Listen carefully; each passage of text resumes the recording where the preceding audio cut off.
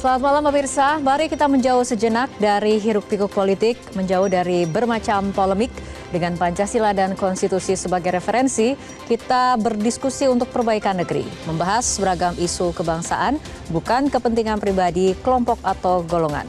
Visi Negarawan, program talk show yang mewadahi gagasan luar biasa, duduk bersama untuk memecahkan berbagai persoalan bangsa. Dan apa tema diskusi kita pekan ini? Berikut rangkumannya.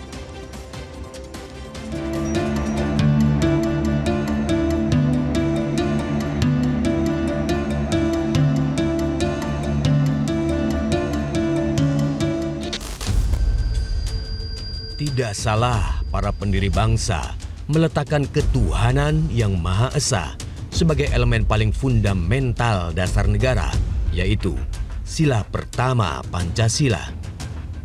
Ketuhanan juga mewarnai nuansa kebatinan dalam perumusan konstitusi. Religiusitas itu tercermin dalam kalimat pembukaan Undang-Undang Dasar 1945 berupa pengakuan bahwa kemerdekaan Indonesia diperoleh atas berkat dan rahmat Allah yang Maha Kuasa. Pakar hukum tata negara Profesor Jimli As-Siddiq menyatakan, sila pertama dan utama itu menerangi keempat sila lainnya. Ketuhanan merupakan dimensi esensial dari kebangsaan dan kenegaraan yang dibangun bersama. Dalam Pancasila, nilai ketuhanan mendapat makna hierarkis. Profesor Jimli menyatakan, dorongan keimanan dan ketakwaan kepada Tuhan Yang Maha Esa menentukan kualitas dan derajat kemanusiaan sehingga kehidupan sosial dan kenegaraan tumbuh sehat dan adil untuk meningkatkan kualitas peradaban bangsa. Bung Hatta juga pernah menjelaskan, sila ketuhanan membimbing ke jalan kebenaran, keadilan, kebaikan, dan persaudaraan. Sila ketuhanan mendorong bangsa Indonesia mengembangkan etika sosial dalam kehidupan publik dan politik dengan memupuk rasa kemanusiaan dan persatuan. Maka diletakkanlah dasar-dasar komitmen kebangsaan. Komitmen kebangsaan itu oleh para pemikir-pemikir besar kita. Tokoh-tokoh utama dari bangsa kita. Harus ada alat pemersatu bangsa yang kita kenal sebagai ideologi. Maka lahirlah sebuah alat pemersatu sekaligus ideologi bangsa kita yang kita kenal bernama Pancasila. Bapak Profesor telah menjelaskan bagaimana kelima sila tadi, saya tidak perlu ulangin, tapi yang jelas menempatkan ketuhanan yang Maha Esa pada silanya pertama.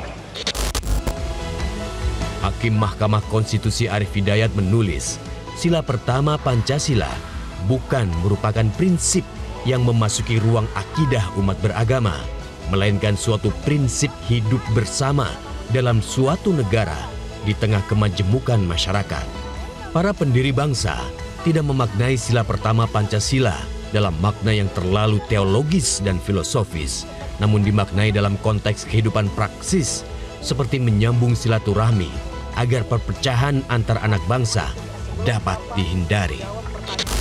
Cendekiawan Yudi Latif mengajukan perspektif iluminasi, yaitu segala isi jagat raya merupakan pancaran dari satu kekuatan tunggal. Nilai-nilai ketuhanan yang dijadikan dasar atau jiwa penyelenggaraan negara tidak berasal dari agama atau kepercayaan tertentu, namun dari nilai-nilai universal. Tahun ini, rangkaian peringatan Paskah bagi umat Kristiani bersamaan dengan pelaksanaan ibadah Ramadan bagi umat Muslim. Dua tradisi keagamaan paling disucikan bagi masing-masing umatnya. Kebetulan pula, Paskah dan Ramadan tahun ini berlangsung usai perhelatan agenda politik nasional 5 tahunan. Sebuah ritual demokrasi yang mengakibatkan di tengah masyarakat terjadi gejolak atau setidaknya riak-riak. Sesuai panduan para pendiri bangsa, saat muncul tantangan besar bagi Indonesia, kita mencari tuntunan pada sila pertama Pancasila. Seluruh aspek penyelenggaraan negara harus bersandar pada ketuhanan yang Maha Esa. Dalam naskah kesimpulan yang dihasilkan panitia kecil BPUPKI, ada sebuah kalimat yang berbunyi, dasar ketuhanan yang Maha Esa memberi jiwa kepada usaha menyelenggarakan segala yang benar, adil, dan baik.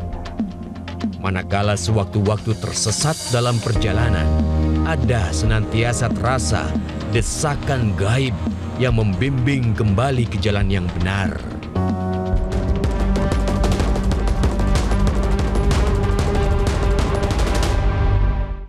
Pemirsa, dalam ruang berpikir Pancasila, nilai-nilai ketuhanan dijadikan pondasi etik kehidupan bernegara.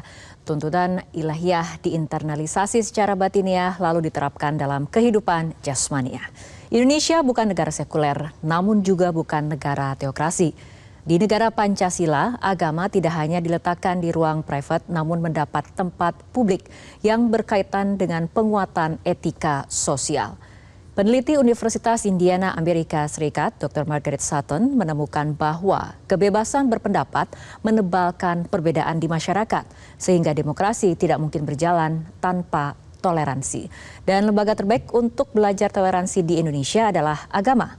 Filsuf Jerman Jürgen Habermas menyatakan bahwa di negara demokrasi, agama rasional mampu menggerakkan negara untuk saling beradaptasi dan berkomunikasi. Tuntunan berbangsa adalah tema diskusi kita untuk malam hari ini dan kita akan mengulasnya bersama para narasumber yang telah hadir di studio. Kita akan sapa terlebih dahulu Ketum MUI Dr. Kiai Haji Marsudi Syuhud. Selamat malam. Assalamualaikum Pak Kiai. Waalaikumsalam warahmatullahi wabarakatuh. Selamat malam. Oke, baik, juga telah hadir Ketua Umum Persekutuan Gereja Indonesia Pendeta Gomar Gultom. Selamat malam Pak Pendeta. Selamat malam Mbak Rara, selamat malam para pemirsa sekalian. Oke, dan juga telah hadir dan akan mengulas topik kita untuk malam hari ini, cendekiawan kebangsaan Pak Sukidi PhD. Selamat malam Pak Sukidi, apa kabarnya? Baik Mbak Rara, Oke. Selamat malam. Baik, kita akan mengulas mengenai tema kita untuk malam hari ini, tuntutan berbangsa, tapi kita akan ikuti jeda berikut terlebih dahulu. Jelajahi cara baru mendapatkan informasi. Download Metro TV Extend sekarang.